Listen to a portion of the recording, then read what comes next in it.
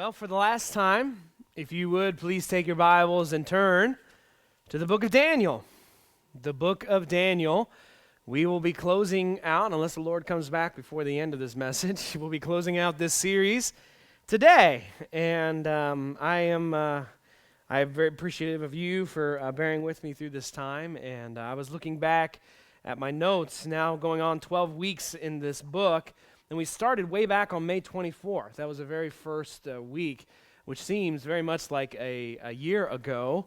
But in reality, it was only, 15, 16 weeks or so. And it's taken us over 3 months to get through this book. And I think for some, maybe it's flown by. For others, maybe not so much.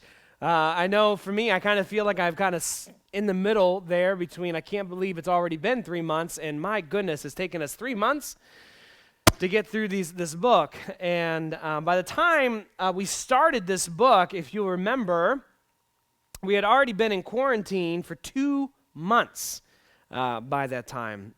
Personally, our family had begun homeschooling, of course, Piper during that time, a thing that I never thought I would ever do is homeschool my own kids, which came with its own challenges. Because me and Emery, of course, work for the church, we found that we had to adjust our work schedules to where Emery would, of course, come in the morning and I would come in the afternoons, works in the evenings, so that we could hand off our kids like a baton in a race at lunchtime. And we were just like many times like ships passing in the night.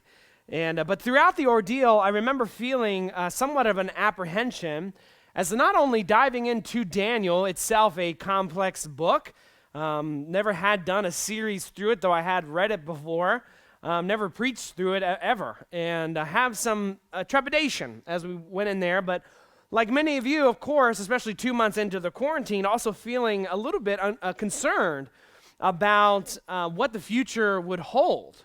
And that's where I found myself on May 24th when we started this book. Those were days that were long, lonely hours alone in my office, writing and then filming and then editing and then uploading those videos to whether Facebook or Vimeo. And I remember thinking to myself that if I expected my people, you, to remain faithful to church during that very unusual time, I would try to make those videos as best as I possibly could. And let's be honest, they weren't really my best work. And but I stand by them, though they undoubtedly could have been a lot better. And I'm assuming, especially for those of you who are especially here in our services this morning, having church in person is so much better than maybe online or concealed in your home. And though at home, I mean, you could get coffee and stay in your jammies and whatnot. My goodness.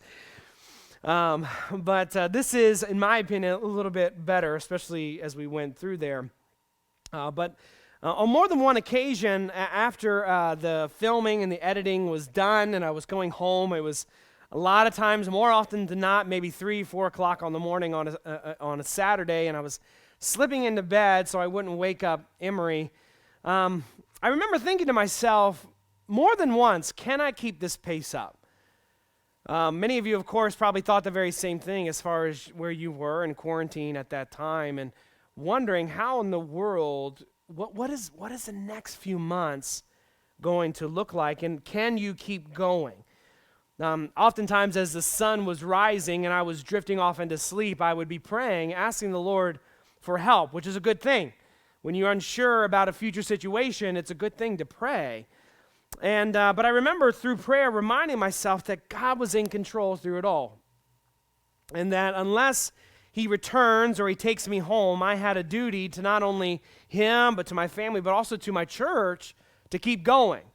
I mean, how unusual would it have been is for those of you during that time were to maybe log on Facebook or whatever and you saw the video and it was only maybe 30 seconds long and it was just me saying I quit. There were times where I wondered, I was like, man, am I going to make it to the next week? And so you just take one day at a time, right? One Sunday turns into 2, Sunday turns into 3, and so forth and so on. And then finally we were able to come back, and my mood improved substantially because I was able to get to see you guys again.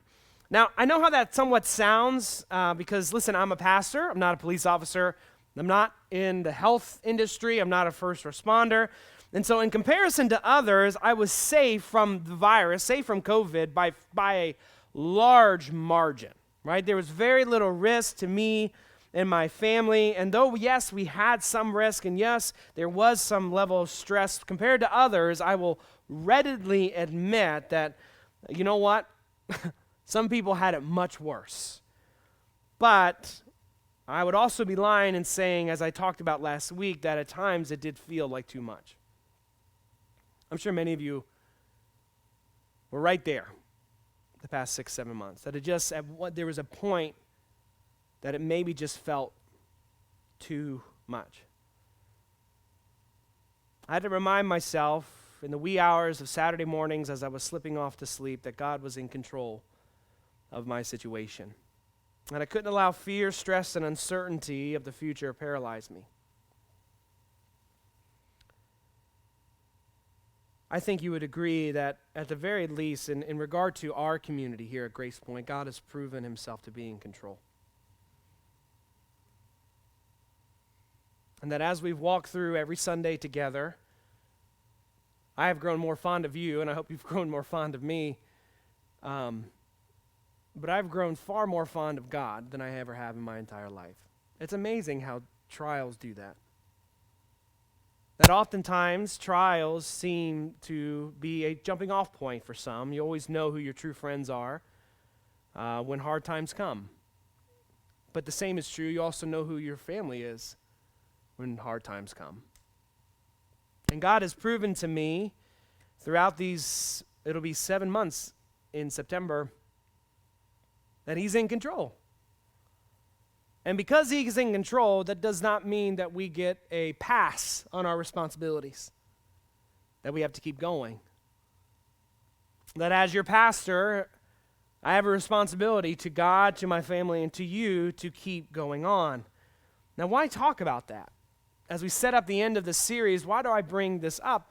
It's because looking back on Daniel's life, he had a trial his entire life. A pandemic would have been child's play to Daniel. He hasn't lived the easiest of lives as we walk through now for 12 weeks, but he's yet remained faithful, hasn't he?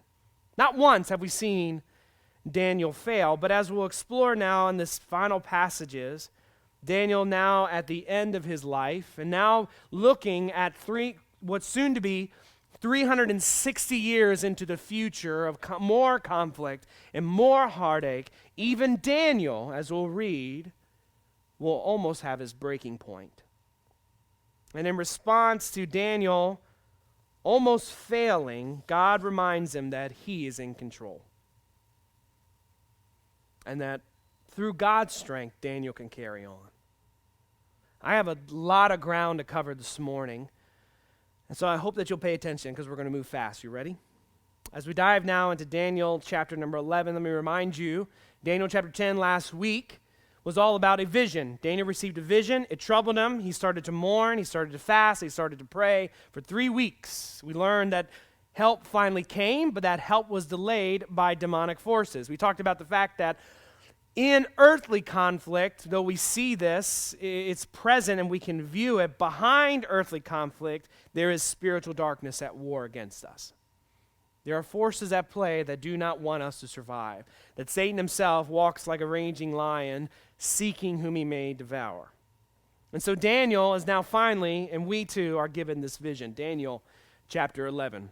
And now this is again the angel talking to Daniel, I will tell you the truth. Behold, 3 more kings will arise in Persia, and the fourth shall be far richer than them all. By his strength, through his riches, he shall stir up all against the realm of Greece. And then a mighty king shall arise, who shall rule with great dominion, and do according to his will. And when he has risen, his kingdom shall be broken up and divided into 4 winds of heaven, but not among his prosperity, nor according to his dominion with which he ruled. For his kingdom shall be uprooted, even for others besides these. So already we're given 2 empires. What are the 2 countries right here in our passage? What are they called? What's the first one? And good. Persia and Greece. So we have a clear starting point for this future vision. It starts with Persia and Greece.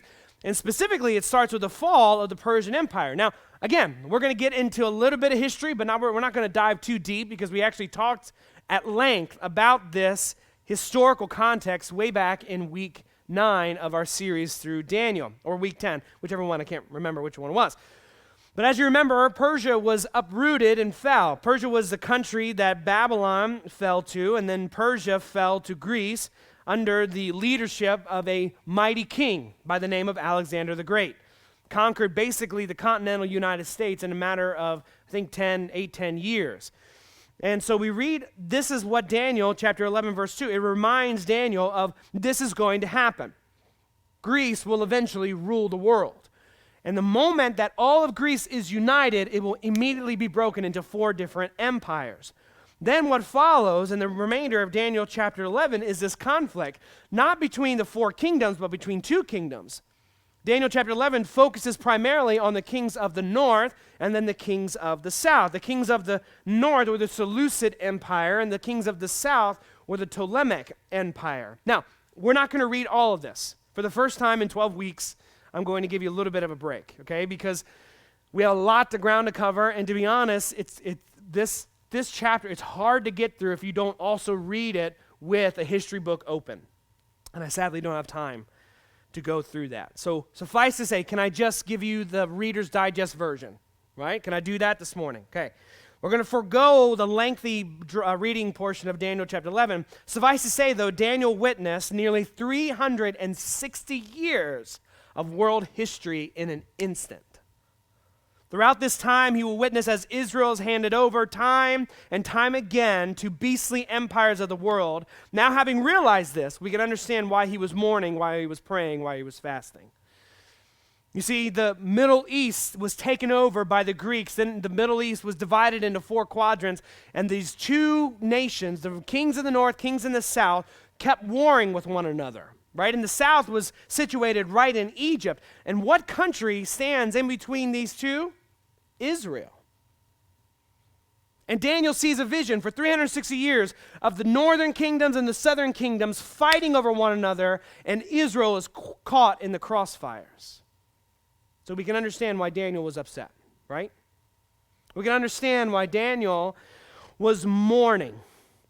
As the passage, Daniel chapter 11, as it goes through, the pace of it suddenly slows as you hit verse 20.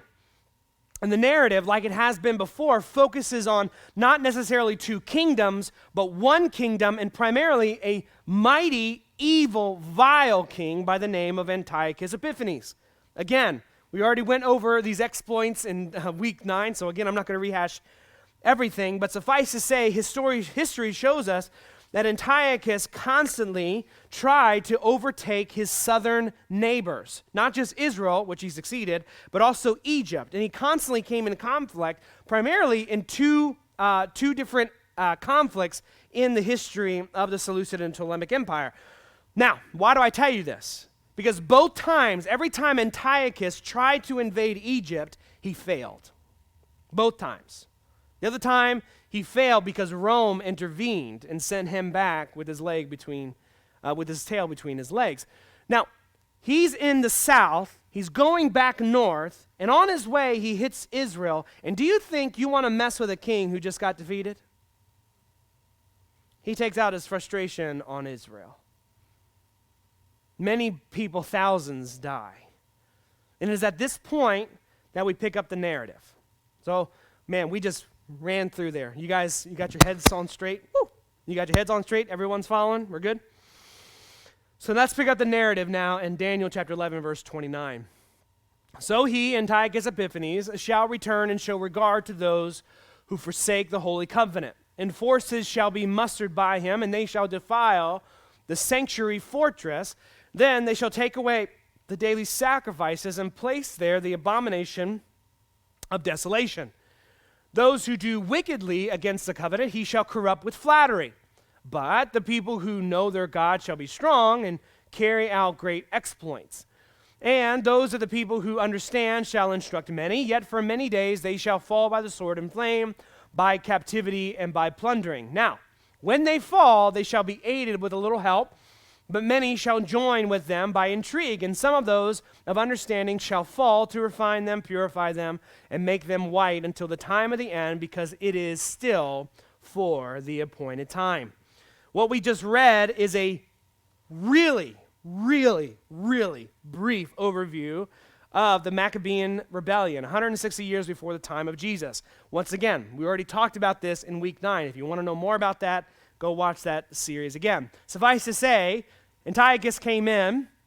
He subjected the Jews to his rule. He got into the temple, set up an idol. Some believe it maybe was an idol to Zeus. Others believe maybe it was a meteorite that fell from the sky. And so he set it up there, and he commanded them to worship. And in fact, he butchered pigs, sacrificed pigs in the temple, Jewish temple, and asked them, bow down before Zeus or die. Some did bow down. They recanted their faith. Others didn't. Guess what he did to those who didn't? Killed them. And not just anywhere, killed them in the within the temple walls, butchered them right there. So Antiochus was not a good dude. And you want to know why he did this? He wanted to Greekify the Jews. He wanted to rip their religion out, give them Greek religion, Greek philosophy, and make them part of the Seleucid Empire, what he called the common good. Now hear me this morning. This is a minor rabbit hole, but just hear me. Isn't it ironic? Isn't it interesting how that often God's people are the ones who suffer most at the hands of those who would claim they were trying to achieve the greater good?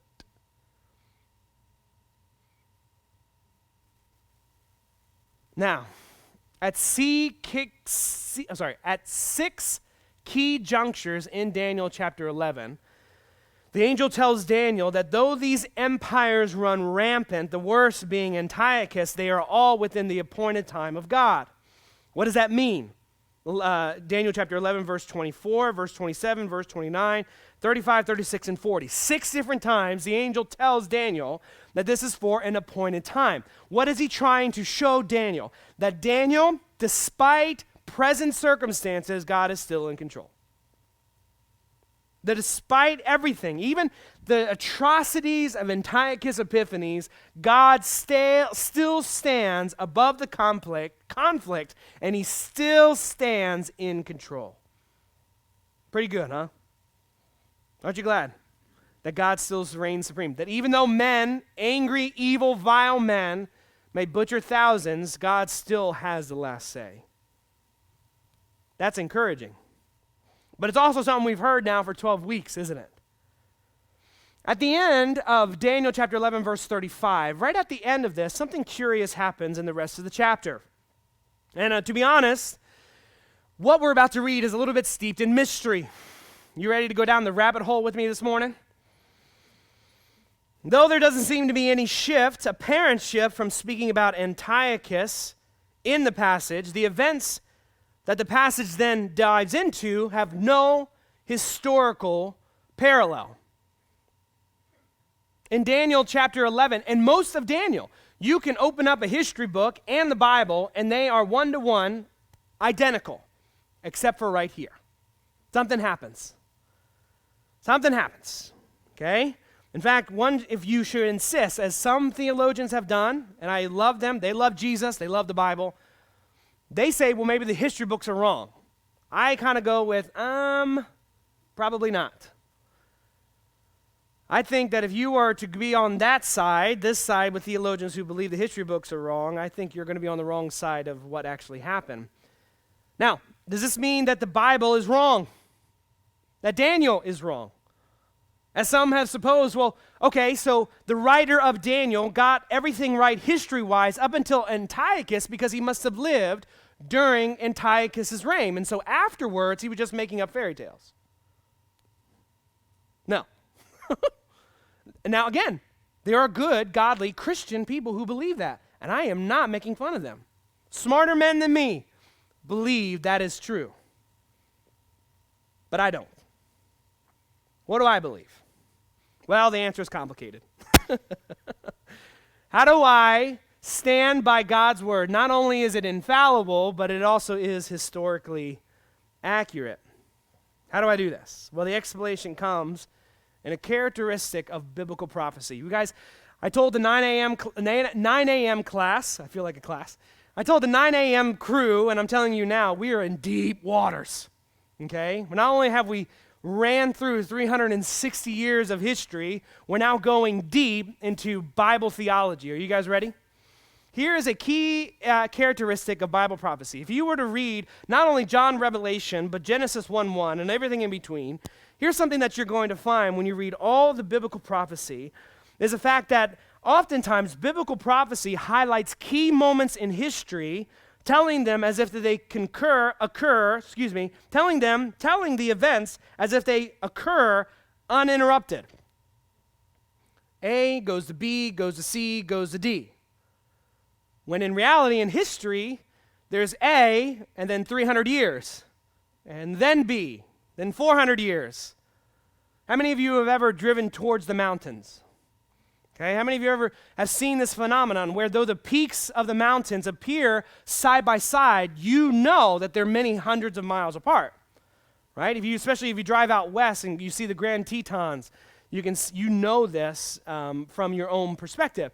This is how biblical prophecy works. It's called the telescopic approach to biblical prophecy. It means that someone standing here, as we are human beings, as Daniel is here, he's given a prophecy as if A equals B equals C equals D, when in reality, as we've already seen not only in Daniel chapter 11, but also throughout Daniel's book, that events have massive swaths of history in between. And this is what happens here. Daniel chapter 11, verse 35 through verse 35, all is talking about real world history events. But with verse 36, we take a substantial jump. And what I mean substantial jump in history, I'm talking about that it has yet been fulfilled. The thing that we're about to read, the passage we're about to read has yet to be fulfilled. You all following me? You guys ready? Here we go. Now you're like, man, Pastor Ben, you are crazy this morning. Trust me, I have a point to make. You have to get along with me. We have to go through history. We have to go through the deep biblical theology in order to just get to the takeaway. There's a good takeaway, but we got to do some work to get there. Ready? Daniel chapter, man, that would throw us off. Daniel chapter 11, verse 36. Then the king shall do according to his own will.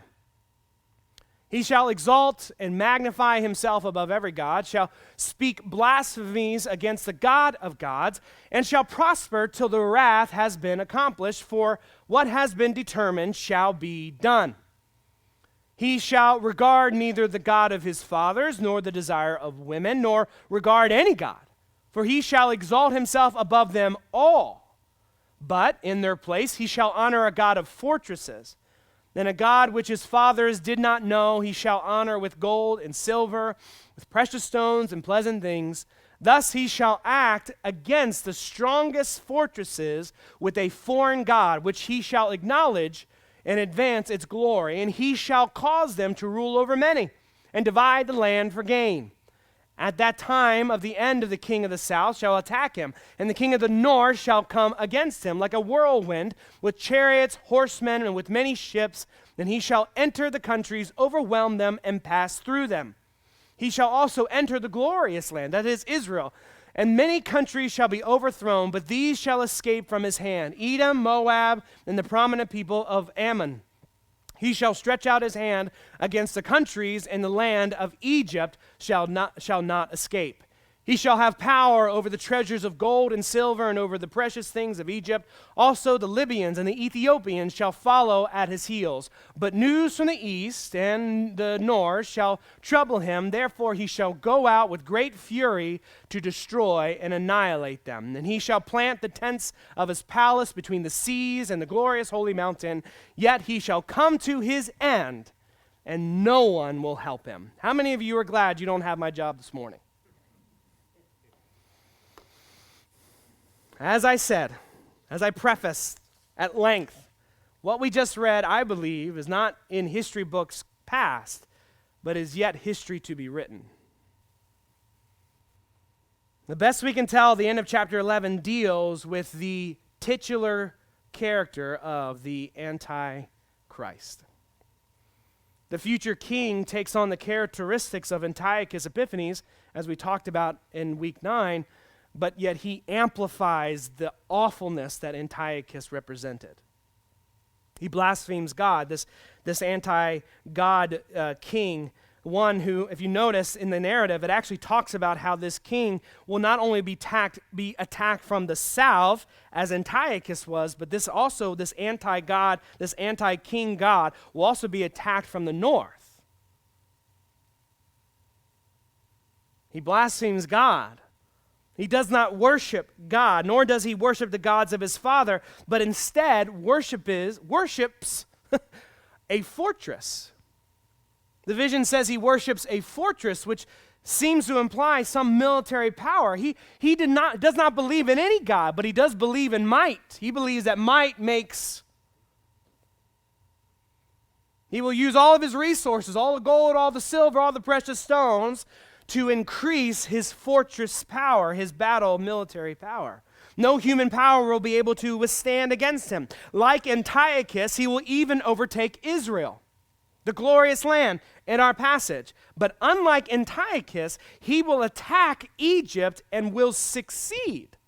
Remember we talked about Antiochus? Why did I take you to that history lesson? Because Antiochus tried twice to take Egypt and failed both times. This king will succeed. He will seemingly be at the peak of his fury and the peak of his power, in which he will annihilate many. In fact, the writer of Daniel and the vision likens this king, this wicked, awful king, to a flood that washes all of his enemies away. But then, seemingly without warning, at the peak of his power, he will be dispatched. See verse 45? He shall plant the tents of his palace between the seas and the glorious holy mountain. This king, this future king, will be at the peak of his power. He will even make a mighty palace by which all can come and bow down and worship him. But here is God saying, yet his end shall come, and no one will help him. Now, is that where the book of Daniel ends? No. And we finally get to go to the passage that I have been bringing you along. We had to get through Daniel 11, and that was hard, wasn't it? You all did great. Those of you online, if you stuck with us, fantastic. That's hard, okay, because that's a lot of detail, a lot of information, and a short amount of time. But you have to know all this in order to understand Daniel chapter 12. Isn't that amazing that the Bible kind of builds on itself, that you can't just pick and choose what you want? Anyways, Daniel chapter 12. Daniel chapter 12, verse 1 says this.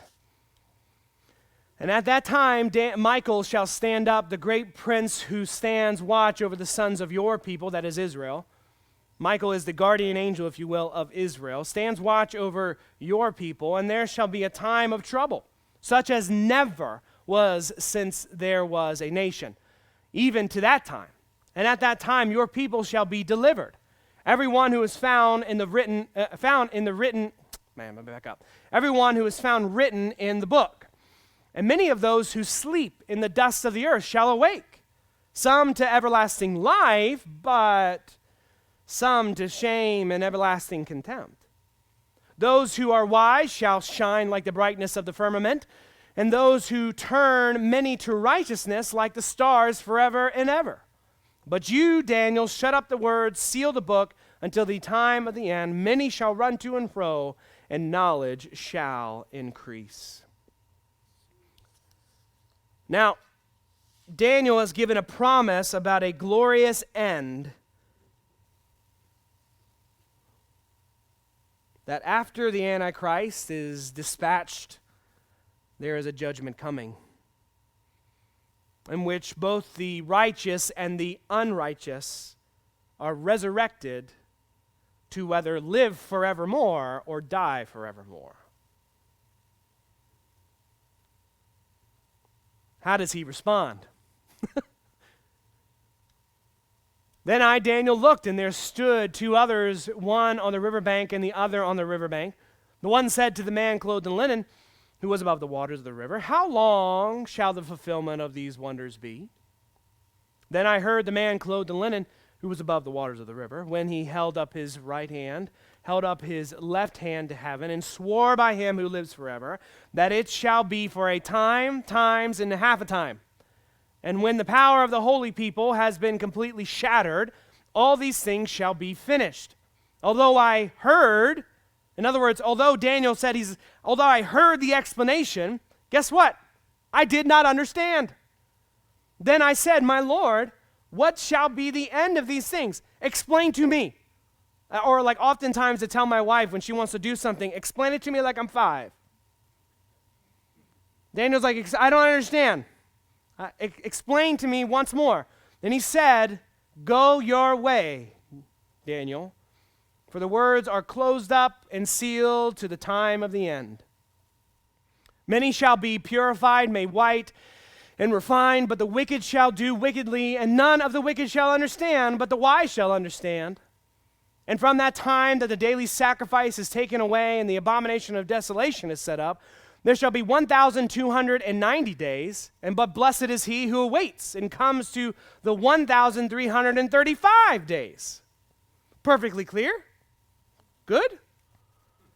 But you, Daniel, the angel says, but you go your way till the end, for you shall rest and will rise to your inheritance at the end of the days. And so concludes the book of Daniel.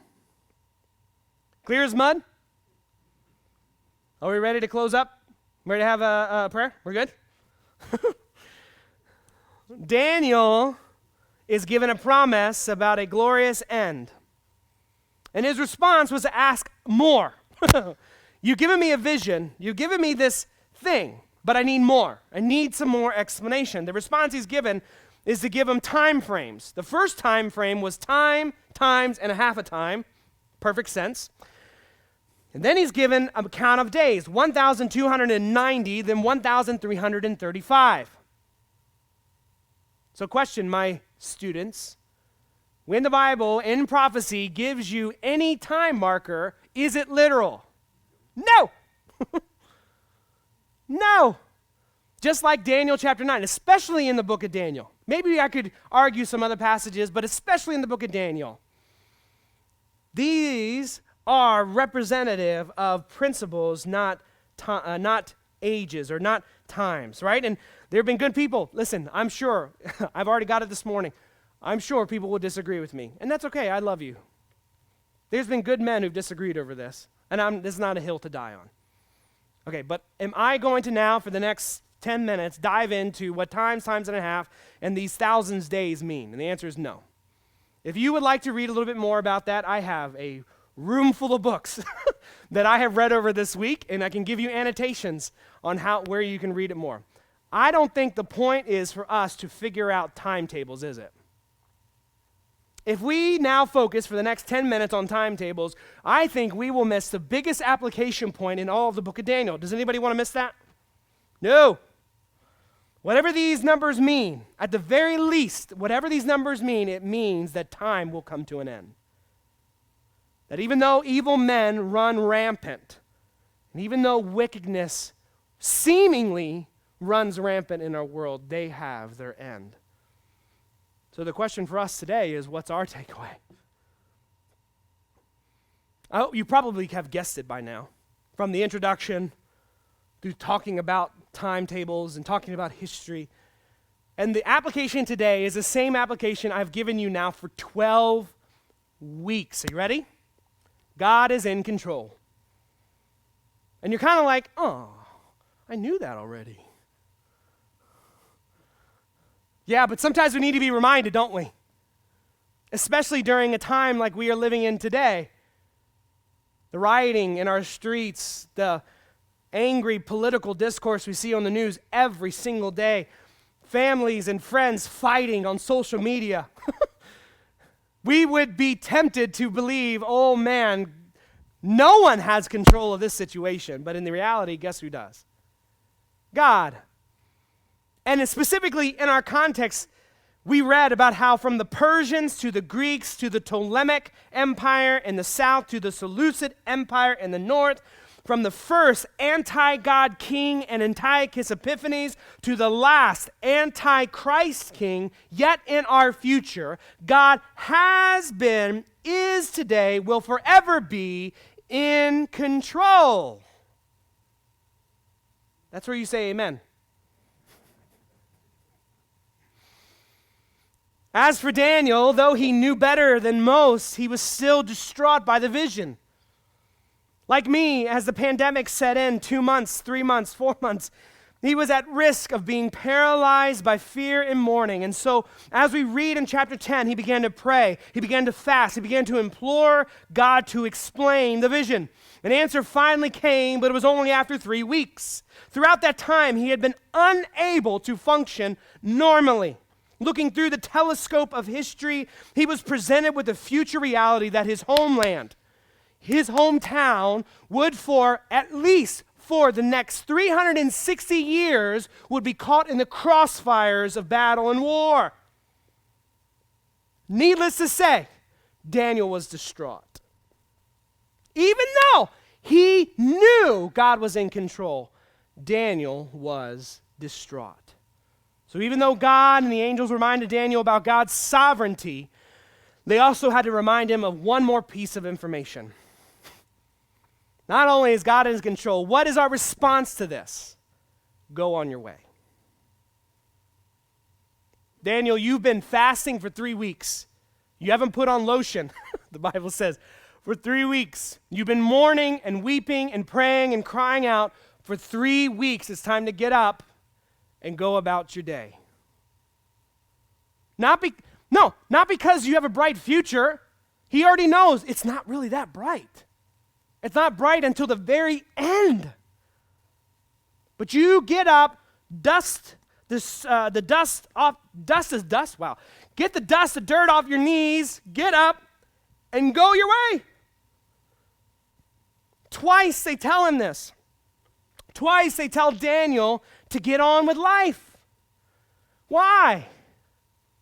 Why even tell him this? Because he needed to hear it. As I'm now telling many of you this morning, and many of you online, or maybe you're watching this video many months from now, get up. Time to live. Time to go on. It's time to stop mourning. Not stop praying. Always pray. But get off your knees, get a good bite in you, Daniel, and keep on living. Daniel, think about Daniel, the whole book of Daniel. Daniel chapter 1, he's in exile. He's in the palace of Babylon, and he refuses to eat the king's meat because he doesn't want to give up his Jewishness, his distinctive nature.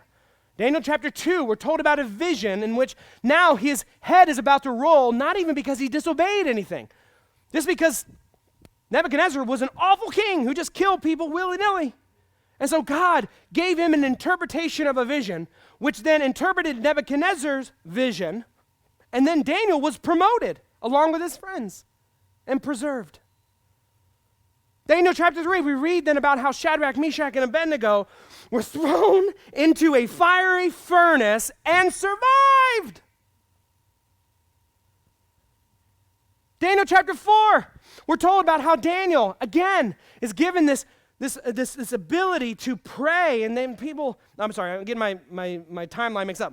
I'm ahead of myself. Daniel chapter 4, Daniel is there, and Nebuchadnezzar has another vision. And Daniel comes to Nebuchadnezzar and he says, hey, Nebuchadnezzar, humble yourself or God's going to humble you. Guess what Nebuchadnezzar doesn't do? Humble himself. He's created like a beast, and he roams the lands. His claws grow, and he has his hair turns into feathers. He becomes a beast, a weird beast. But then he humbles himself, and God exalts him. And Nebuchadnezzar rules for 43 years. Next chapter, we get a new king who is also prideful, who also literally gets writing on the wall, repent. And he doesn't do it. And God wipes him out. The rest of the book, of Daniel, is Daniel getting visions, vision after vision after vision about human beasts rising, attacking, devouring other beasts and other people, and above it all stands God in control. But he's 80. Can we say that Daniel, by this point, has run a good race? Yeah.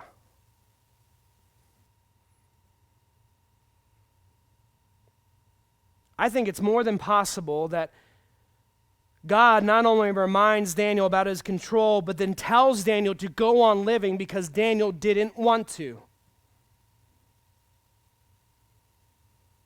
As a pastor, I have the distinct privilege of praying with teenagers, people my own age, but then oftentimes older folks. And there's many of you older folks, and I love you. I'm glad you're here. And in my experience as a pastor, I've seen two types of older folks. Some who are bitter about the world that they have found themselves in. They compare it to days gone by of when America or their hometown was different. And so they become bitter. And then there's another side where despite everything, for some reason these older folks are just happy. It almost makes you sick. And oftentimes, I gravitate often to those people because the people who are happy despite circumstances, because they got something that I want when I'm 60, 70, 80, 90. But it's my job to also talk to these other folks, these older folks who are bitter and depressed and sad about the times in which they find themselves. And I'm thinking of two right now in my head who I would have characterized them as faithful soldiers of God throughout their entire life. And then when they finally maybe peel back the curtain and allow me to see the frail human being behind, I'm oftentimes shocked. And they often reveal to me how depressed they are and how sad they are and how much they just, one of them, wants life to end. There is something about age, church, that rips not only your vitality, but your mental stability. That as a young man, you would charge hell with a squirt gun, but all of a sudden now, all your strength is gone. And you just want to be left alone. That's where I think Daniel is. He's lived a long, hard life. And though he knows God is in control, he doesn't want to go on, especially knowing the future.